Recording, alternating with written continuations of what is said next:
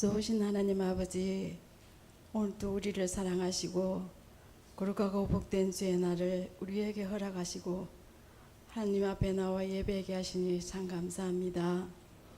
이 시간 우리의 마음과 생각을 주장하여 주시고 우리의 죄와 허물을 온전히 주님 앞에 내려놓게 하시고 주님의 온유한 마음과 겸손한 마음으로 하느님 앞에 드려지는 귀한 예배자로 인도하여 주시옵소서.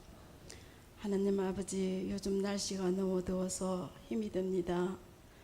우리 교회 연로하신 어른들과 어린 자녀들 모든 성도들의 건강을 지켜주시고 8월 한 달을 하나님 은혜 가운데 잘 지낼 수 있도록 지켜보아여 주시옵소서. 또한 모든 날씨로 인하여 우리의 믿음들이 나태해지지 않도록 말씀과 기도로 무장해서 더욱 하나님을 가까이 하며 하나님의 크신 은혜를 늘 사모하는 우리 모두가 되게 하시며 늘 힘든 생활 가운데 주님과 함께 동행할 수 있는 큰 믿음으로 살아갈 수 있도록 도와주시옵소서. 하나님 아버지, 우리 교회의 행복한 전도대원들을 사랑해 주시고 기쁘고 즐거운 마음으로 복음의 전도지를 나눌 때 하나님의 놀라운 은혜가 일어날 수 있도록 역사하여 주시옵소서. 하나님 아버지, 이 나라를 불쌍히 여겨 주시옵소서. 세우신 이정자들이 마음과 생각을 다스려 주시고 배려와 용서와 사랑하는 마음을 넣고 분쟁과 다툼의 모습 속에 국민들의 삶은 갈수록 어렵습니다. 자기들의 유익을 위한 정치가 아니라 국민을 위해 일하는 이정자들이 될 수 있도록 도와주시옵소서. 하나님 아버지, 이단들이 요즘 많이 활동하고 있습니다. 우리의 소망 되시고 능력이 되시는 주님만을 의지하며 이단의 유혹 속에 하나님 말씀으로 이기며 물리칠 수 있는 능력을 다하여 주시옵소서. 하나님, 우리 교회 아픈 성도들을 기억하시고 속기 낫는 은혜로 치료하여 주시고 건강을 회복할 수 있도록 도와주시옵소서. 마음의 상처와 여러 가지 문제로 힘들어하는 성도들이 있다면 하나님이 주시는 평안함과 기쁨을 체험할 수 있는 은혜를 누릴 수 있도록 도와주시옵소서. 오늘도 말씀을 준비하셔서 단위에 세우신 전도사님을 성령으로 붙들어 주시고 주신 말씀을 통하여 은혜 받고 마음 밤에 새기게 하시고 우리가 세상에 나가 살 때 믿는 자로서 믿지 않는 자들에게 본이 되는 믿음의 삶을 살아갈 수 있도록 도와주시옵소서. 감사합니다. 항상 우리를 사랑하시는 예수님의 이름으로 기도드렸습니다. 아멘.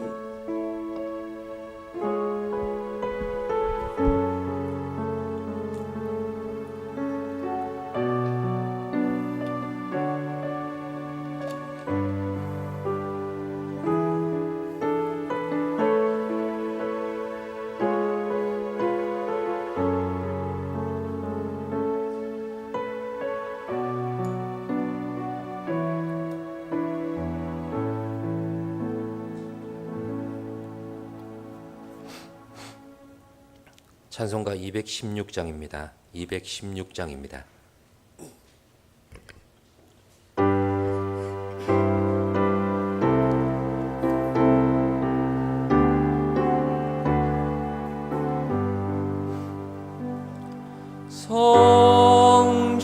성자의 귀한 몸 날 위하여 버리신 그 사랑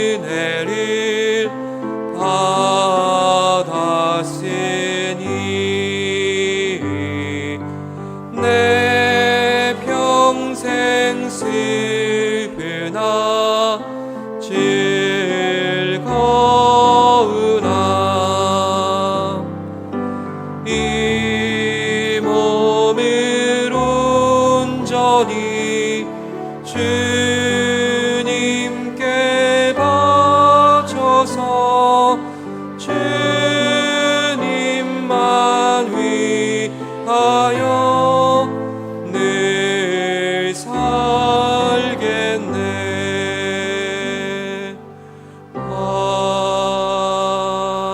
아멘.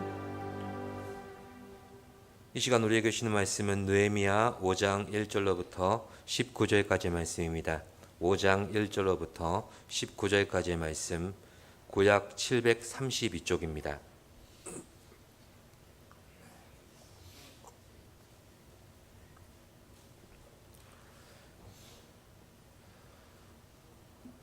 본문이 조금 길지만 교독으로 끝까지 보시겠습니다. 그때 백성들이 그들의 아내와 함께 크게 부르짖어 그들의 형제인 유다 사람들을 원망하는데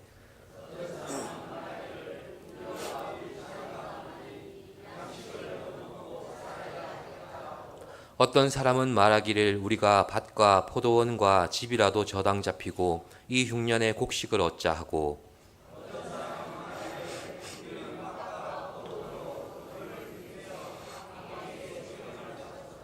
우리 육체도 우리 형제의 육체와 같고 우리 자녀도 그들의 자녀와 같거늘 이제 우리 자녀를 종으로 파는도다.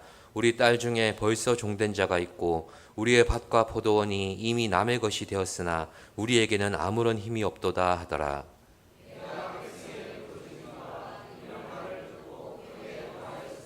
깊이 생각하고 귀족들과 민장들을 꾸짖어 그들에게 이르기를 너희가 각기 형제에게 높은 이자를 취하는도다 하고 대회를 열고 그들을 쳐서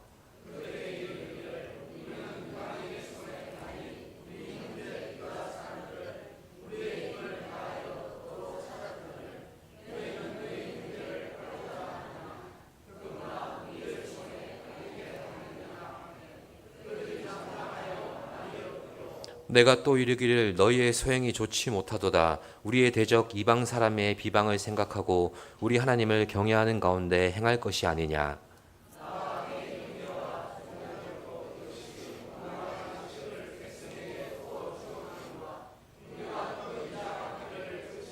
그런즉 너희는 그들에게 오늘이라도 그들의 밭과 포도원과 감람원과 집이며 너희가 꾸어준 돈이나 양식이나 새 포도주나 기름의 100분의 1을 돌려보내라 하였더니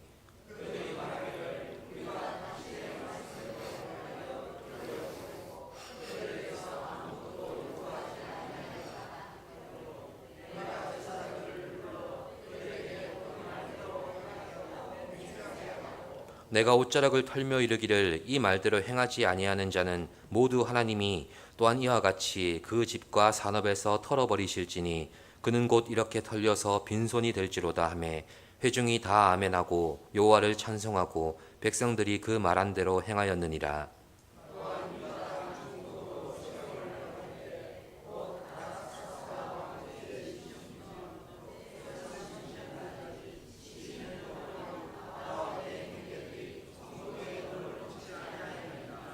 나보다 먼저 있었던 총독들은 백성에게서 양식과 포도주와 또 은 40세겔을 그들에게서 빼앗았고 또한 그들의 종자들도 백성을 압제하였으나 나는 하나님을 경외함으로 이같이 행하지 아니하고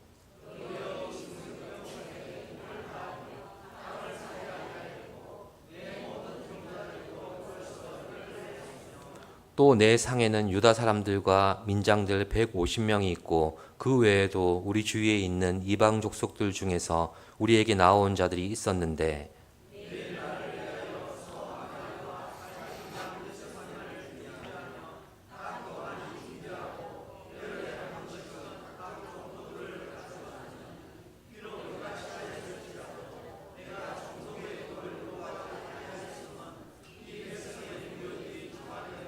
함께 내 하나님이여 내가 이 백성을 위하여 행한 모든 일을 기억하사 내게 은혜를 베푸시옵소서. 아멘. 기도하겠습니다. 사랑 많으신 아버지 하나님, 온종일 주 안에서 찬양과 말씀과 기도의 예배 가운데 있게 하심에 감사드립니다. 그로 말미암아 하나님이 채워주신 거룩한 능력으로 세상 속에서 하나님의 이름을 드높이며 또한 주의 뜻을 이루는 삶을 살아가는 저희들이 되게 하여 주시옵소서. 감사드리며 예수님의 이름으로 기도드립니다. 아멘. 제가 운전을 하다가 라디오의 한 시사 채널에서 듣게 된 내용입니다. 미국의 경제 전문가들이 모여서 인간이 느끼는 행복과 돈의 관계에 대해서 연구해 보았다고 합니다. 그리고 그 연구를 위해서 수많은 통계와 사례 등을 조사해 보았습니다. 그리고 이 연구의 결과는 다음과 같이 나왔다고 합니다. 그 결과는 인간은 돈이 많을수록 행복하다는 것이었습니다. 많은 사례와 통계 자료가 이 사실을 증명한다고 합니다. 저는 여기까지 듣고 또 뻔한 사실을 이야기하는구나 그랬습니다. 그런데 돈이 많을수록 행복하다는 결과에는 한 가지 필요 조건이 있다고 합니다. 그 어떤 조건인지 혹시 예상이 되십니까? 네. 그 조건은 자신이 가진 재력으로 자신보다 어려운 처지에 있는 사람들을 도울 때 행복이라는 감정을 제대로 느낄 수 있었다고 합니다. 돈이 많은 것도 좋지만 그 돈으로 타인을 섬기면서 가치 있게 쓰는 일에 더 행복을 느낀다는 말입니다. 그렇습니다. 이것은 비단 세상의 권세자나 돈 많은 사람들의 상황만은 아닙니다. 신앙생활하고 있는 우리도 하나님께서 주신 직분과 하나님께서 맡기신 사명을 감당할 때 그 직분과 사명을 내가 얼마나 잘 감당하느냐 이것을 판가름하기 위해서 항상 점검해야 하는 것이 있습니다. 바로 내게 주신 직분과 사명을 통해서 내게 섬기고자 하는 마음이 있는가 그렇지 않은가가 중요한 것입니다. 이것이 하나님께서 내게 맡기신 어떤 직분과 사명을 사람의 일로 만들 수도 있고 반대로 하나님의 거룩한 일로 만들 수 있는 중요한 시금석입니다. 오늘은 이런 요지의 내용을 느헤미야 본문 말씀을 통해서 함께 묵상해 보고자 합니다. 본문에 등장하는 느헤미야는 바사 왕국의 포로 신분으로 있던 이스라엘 백성들을 데리고 예루살렘 3차 귀환에 앞장섰던 유대의 총독입니다. 성경에서는 그가 동족들을 이끌고 본토인 이스라엘로 귀환한 사건을 배경으로 해서 성벽 재건의 사명을 이루어가는 과정을 설명하고 있습니다. 바벨론 포로 기간 동안 유리하고 고통받고 신음하던 이스라엘은 사실 철저히 멸망한 것처럼 보였습니다. 하지만 하나님께서는 성전과 성벽 모두가 파괴되고 폐허가 되어버린 예루살렘을 결코 버리질 않으셨습니다. 무너진 예루살렘의 성벽을 재건하는 일에 지도자 느헤미야와 온 백성이 힘을 합쳐서 이 위대한 사명에 동참했고 이는 하나님 나라의 회복을 우리에게 선포하고 있는 것입니다. 그러므로 성벽 재건의 궁극적인 목적은 포로에서 귀환한 유대 공동체가 절망 속에서도 하나님의 나라와 선민의 회복을 꿈꾸게 만드는 것이었습니다. 그리고 바벨론 포로 기간 동안 예루살렘에 정착한 이방인들이 기득권이 되어버렸습니다. 남아있던 유대인들과 혼음을 하면서 선민의 정체성을 무너뜨린 원인이 되었죠.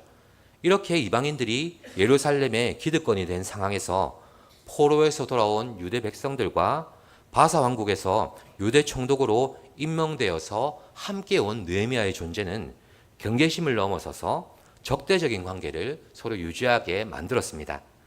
결국 이들로 인해서 성벽을 재건하는 일이 조롱에 부딪히고 박해에 부딪히고 핍박에 부딪히게 되었습니다.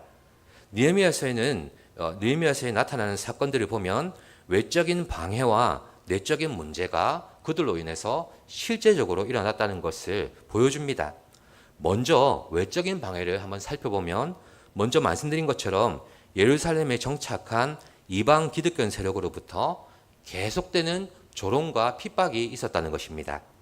성벽 재건을 위해서 헌신하는 백성들을 향해서 그들은 이렇게 조롱합니다. 느헤미야 4장 3절 말씀입니다. 너희들이 쌓은 성벽은 여우가 올라가도 무너지리라. 이런 조롱입니다. 말만 들어도 힘이 쭉 빠져버리는 이런 조롱입니다. 그리고 이어지는 핍박은 성벽 재건의 공사 현장을 기습해서 그것을 방해하겠다는 그들의 협박이었습니다. 사실 이 협박이 꽤나 자극이 되어서 근처에 있던 유대 동족들이 공사 현장에 10번이나 찾아와서 자신들의 가족들에게 다 때려치우고 돌아가자고 재촉하기까지 했습니다. 그런데 이때 느헤미야의 반응은 매우 고무적입니다. 현장에서 일하는 자들에게 한 손에는 칼을 들고 다른 손으로 일하면서 성벽 재건의 공사를 이어가도록 격려합니다. 협박을 하면서도 실상은 그 이방인들이 쉽게 공격할 수 없는 이유가 있었습니다. 그들의 상황을 잘 아는 느헤미야가 생각해낸 묘책입니다. 그는 바사 제국에서 임명한 유대 총독이었기 때문에 이방인들도 이 점을 우려해서 쉽게 충돌하지는 못했던 것입니다. 느헤미야는 이 사정을 알면서도 그래도 이방인들이 계속해서 방해하고 핍박하게 되면 성벽 재건의 사명이 위축될 수 있다는 것을 직감합니다. 결국 어느 정도 시간이 지체되더라도 병기를 들고 칼을 허리에 차고 공사를 이어나가게 했던 것입니다. 그렇습니다. 때로는 하나님께서 우리에게 맡기신 그 직분과 사명의 현장에서 그 앞을 가로막는 여러 가지 난관을 만나게 될 것입니다. 그때 나 자신이 너무나 연약해 보일 때가 분명히 있습니다. 하나님을 향한 일인 것이 확실하고 이게 거룩한 일인 것이 확실한데 왜 이렇게 방해가 있고 핍박이 있고 내 몸과 마음이 따라주지 못하는가, 이렇게 하소연한 적도 있으실 겁니다. 하지만 이럴 때 우리의 생각과 마음이 흐트러지게 되면 우리의 대적 사탄이 손뼉을 치고 좋아할 일 아니겠습니까? 오늘 느헤미야가 이방인의 핍박과 조롱에 대처했던 자세는 사명의 현장에서 예기치 못한 난관과 어려움에 부딪히는 수많은 사명자들에게 가르침을 주고 있는 것입니다. 바로 돌아가더라도 포기하지 말라는 것입니다. 하나님이 열어주시는 사명의 길을 벗어나지만 않는다면 시간은 반드시 사명자의 편이라는 것을 믿어야 한다는 것입니다. 그리고 성벽 재건의 사명을 가로막았던 내적인 문제는 바로 오늘 본문에 나타나는 경제적인 문제였습니다. 오늘 본문의 사건은 사실 느헤미야가 총독이 된 지 12년이 지난 후의 일입니다. 성벽 재건의 사명은 이미 그의 부임 초기에 포로 공동체와 함께 52일 만에 이루어진 과거의 사건입니다. 이미 성벽 재건은 끝이 났고 10여 년이 넘는 시간이 경과한 뒤에 일어나는 사건인데 이것이 어떻게 성벽 재건의 사명을 방해했다는 것입니까? 제가 초본부에 말씀드렸던 것처럼 성벽 재건의 본질적인 목적은 하나님의 나라와 선민의 회복에 있습니다. 오늘 본문의 사건은 성벽 재건이 완료되고 10여 년이 넘는 시간이 흐른 시대적인 배경을 가지고는 있지만 이 하나님 나라와 선민의 회복이라는 사명의 목적을 뒤흔드는 시험이었기 때문에 본문은 성벽 재건의 사건과 같은 관점에서 쓰여진 것으로 볼 수 있습니다. 이런 배경 속에 이제 본문의 사건에 시선을 집중해 보면 성벽 재건의 노력에 동참해서 마음을 같이 하고 이스라엘의 회복을 위해서 함께 마음을 기울였던 가난한 백성들의 울부짖음이 나옵니다. 그들에게 다가온 외적인 문제는 오히려 사명에 대한 분명한 확신을 주기에 충분했지만 지금 내적인 문제에 부딪힌 느헤미야는 굉장한 심경의 변화를 보여줍니다. 바로 6절 후반부와 7절 초반부의 말씀, 크게 노하였으나 깊이 생각하고, 이 말씀을 통해서 느헤미야는 자신이 맡은 사명의 방향에 대해서 다시 생각하고 있다는 것을 가르쳐 줍니다. 그렇다면 어떤 내적인 문제가 일어났습니까? 5절 말씀을 함께 보시겠습니다. 5절입니다. 우리 육체도 우리 형제의 육체와 같고 우리 자녀도 그들의 자녀와 같거늘 이제 우리 자녀를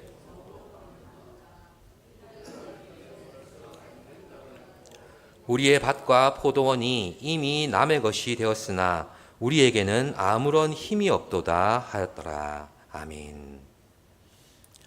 성벽 재건의 중노동을 자신들의 생계마저 제대로 돌보지 못하고 그것을 사명으로 여기고 감당해 왔는데 그 이후의 삶은 여전히 궁핍한 삶의 연속이었습니다. 페르시아 제국의 과중한 세금도 계속해서 바쳐야 되고 또 가뭄까지 다가와서 식량난이 심각해졌습니다. 거기다가 아직 안정을 찾지 못한 포로교한 공동체 안에는 같은 유대 형제들에게 땅이나 집, 포도원을 저당 잡아서 고리대금과 착취를 일삼는 부자들이 있었습니다. 이런 사건의 배경은 성벽 재건 이후에 그들을 핍박하고 있었던 이방인들과의 교류를 끊지 못하고 계속 이어나가다 보니 결국 피도 눈물도 없는 고리대금의 악습을 이방인들에게 보고 배웠기 때문입니다. 결국 이런 궁핍과 생활고리를 이기지 못하고 고리대금을 이용했던 많은 동족들이 감당하지 못하고 마지막 수단으로 자신의 자녀들까지 매매하게 되는, 노예로 팔게 되는 극단적인 상황에 이르렀습니다. 그래서 5절 말씀의 뉘앙스를 우리식으로 살려보면 한번 따라해 보시겠습니까? 너희들만 입이고 우리는 주디냐? 예, 경상도 사람, 예, 맞죠? 예. 자신의 일을 제쳐두고 성벽 재건이라는 공동체의 사명에 함께 동참했는데, 누구는 떵떵거리고 잘 살고 있고 누구는 자녀까지 내다 팔아야 되는 그런 형편에 처해 있는 것을 동족인 너희가 그냥 지켜만 볼 거냐? 이런 원망의 목소리입니다. 신명기 24장 10절에서 13절까지의 말씀을 보시면 극빈층에 속한 유대인들은 자신의 외투를 저당 잡히고 식량과 돈을 꾸었습니다. 일교차가 심한 이 중동 지역에서 외투라는 것은 빈부격차를 떠나서 생활에 필요한 생필품이었습니다. 그리고 형편이 많이 어려웠던 자들에게는 생필품을 넘어서서 재산의 전부였습니다. 그래서 성경은 이런 이들의 극심한 생활고를 이기지 못해서 외투를 저당 잡힐 때 이들의 사정을 아는 하나님께서 해가 지기 전에는 돌려주라고 말씀하셨습니다. 그리고 외투든 저당 잡을 물건이든 부자가 가난한 자의 집에 들어가서 함부로 취해가는 게 아니고, 가난한 자의 마음과 자존심이 그것 때문에 상할 수 있으니까 직접 자신들이 가져다 주는 것을 받고 취하라, 이렇게 말씀하고 있습니다. 하지만 지금 상황이 어떻습니까? 마음을 모아서 성벽 재건의 사명을 위해서 함께 했었던 많은 백성들이 굶주림과 가난을 이기지 못해서 자녀를 노예로 팔아야 되는 비참한 지경까지 이르지 않았습니까? 인신매매가 이루어지고 고리대금이 성행하며 과도한 세금을 징수해야 되는 그런 비참한 현실 앞에 느헤미야는 분노가 치밀어 올랐겠죠. 하지만 그 분노만으로는 이 일을 해결할 수 없습니다. 그래서 다시 한번 자신에게 맡기신 하나님의 사명을 심사숙고하는 것입니다. 그 말이 크게 노하였으나 깊이 생각하고, 이 말씀입니다. 하나님께서 맡겨주신 성벽 재건의 사명은 먼저 말씀드린 바와 같이 하나님 나라의 회복, 또 그 선민의 회복을 상징하는 것입니다. 이 사명 앞에 수많은 시험들이 다가왔었고 느헤미야는 잘 이겨냈습니다. 하지만 이제는 하나님의 선민이라고 하는 거룩한 공동체 안에서 일어나고 있는 이 끔찍하고 비참한 상황에 대해서 분노할 수밖에 없었던 겁니다. 그러나 느헤미야는 분노한 자신의 감정을 빠져들기보다는 사명의 본질에 대해서 깊이 생각합니다. 우리 내부의 성벽이 이렇게 무너져 내리고 있는데 외부의 성벽을 세웠다고 해서 하나님 나라의 공동체의 회복이 무슨 의미냐는 겁니다.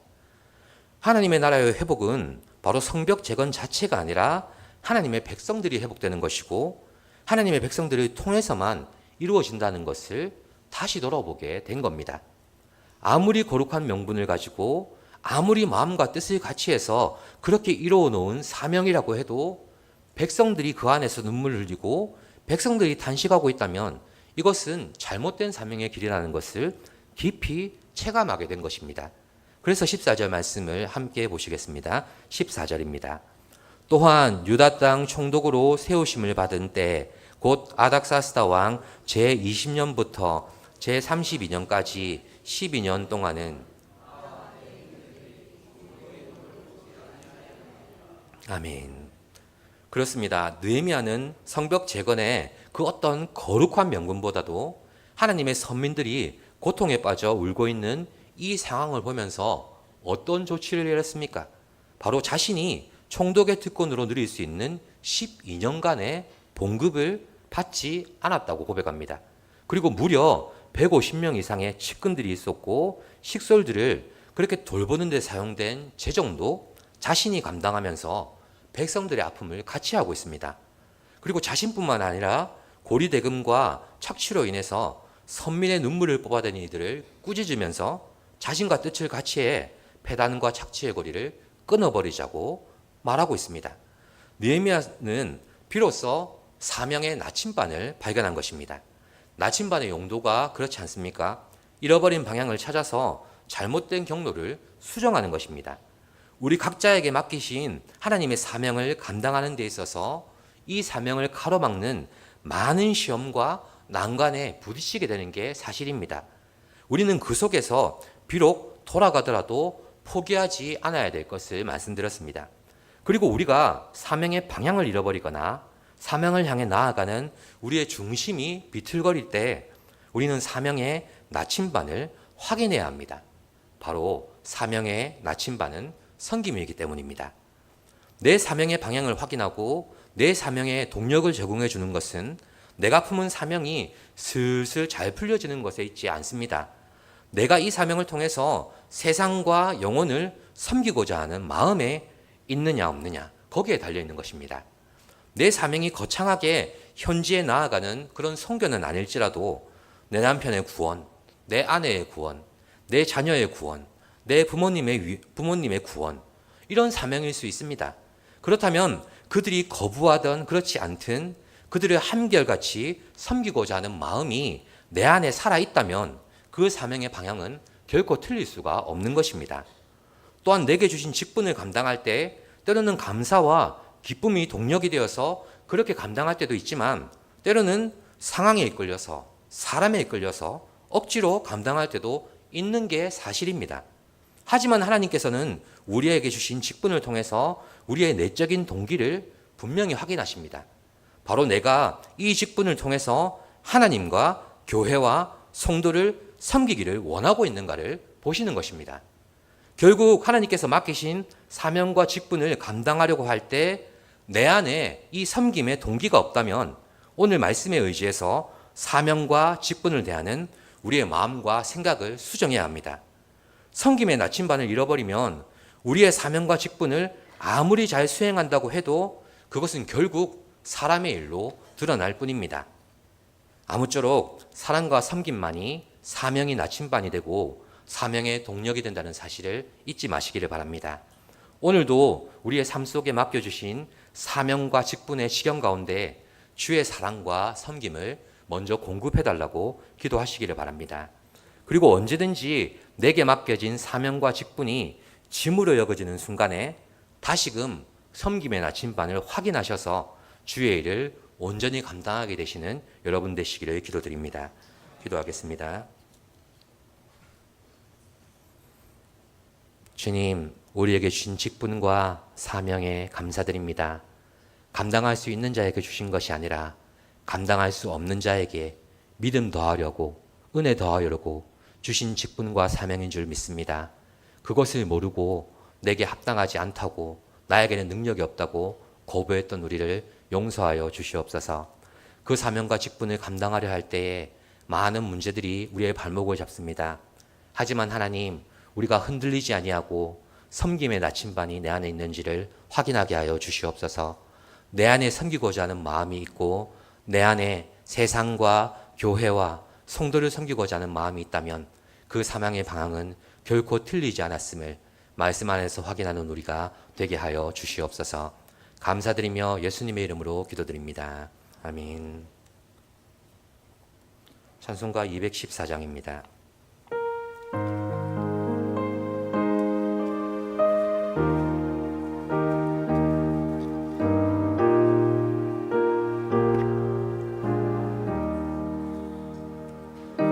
주의 도움 받고자 주 예수님께 빕니다. 그 구원 허락하시사 날 받아주소서. 내 모습 이대로 주 받아주소서. 날 위해 돌아가신 주 날 받아주소서.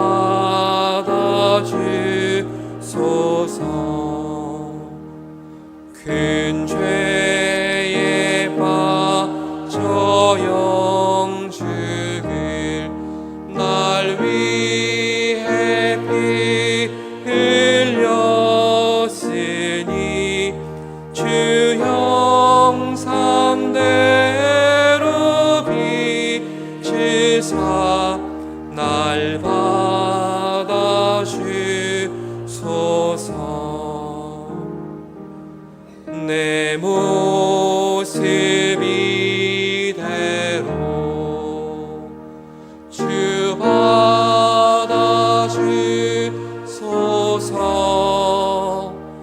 날 위해 돌아가신 주 날 받아주소서.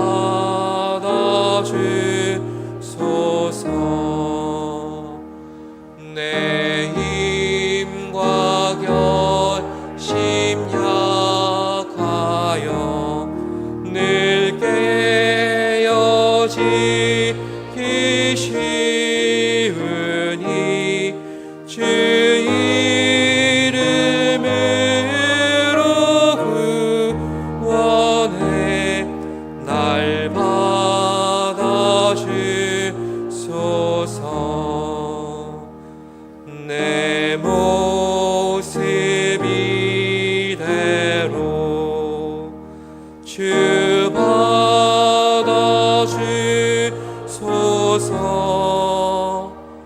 날 위해 돌아가신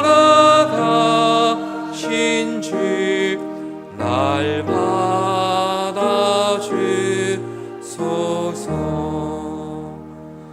내 주님 서신 발 앞에 나 꿇어 드렸으니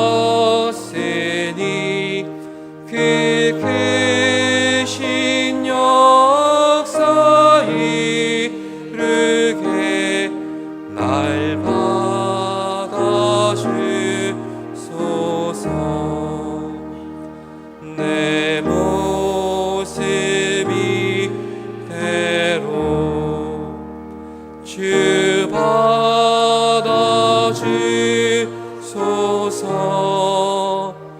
날 위해 돌아가신 주 날 받아주소서.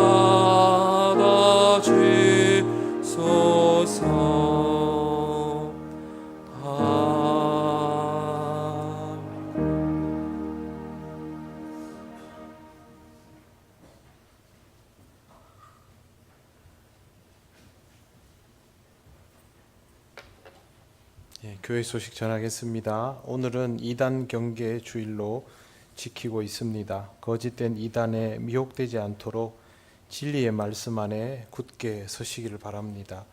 장학회가 다음 주일 오후 예배 후 다음 주 오후 1시에 교육관에서 본당에서 있겠습니다. 그리고 이번 주 토요일부터 서리 집사 토요 새벽반 공부가 시작이 됩니다. 오늘 중으로 신청을 완료해 주셔야만 여기에 맞게 교재도 준비할 수가 있습니다. 아동부 성경학교가 은혜 가운데 마쳤습니다. 기도와 찬조로 함께 해주신 분들께 감사를 드립니다. 조말선 집사님 별세하셔서 장례를 잘 마쳤고요. 오늘 박상희 성도님 교회에 나왔습니다. 여러분 위해서 기도해 주시기 바랍니다. 교회 식당 혹서기 기간 동안 쉬면서 김밥으로 식사를 합니다. 김밥 수익은 선교 사역을 위해서 사용될 예정입니다. 오늘 점심은 김부종 장로님 그리고 간식은 우리 조금의 집사님 가정에서 해주셨습니다.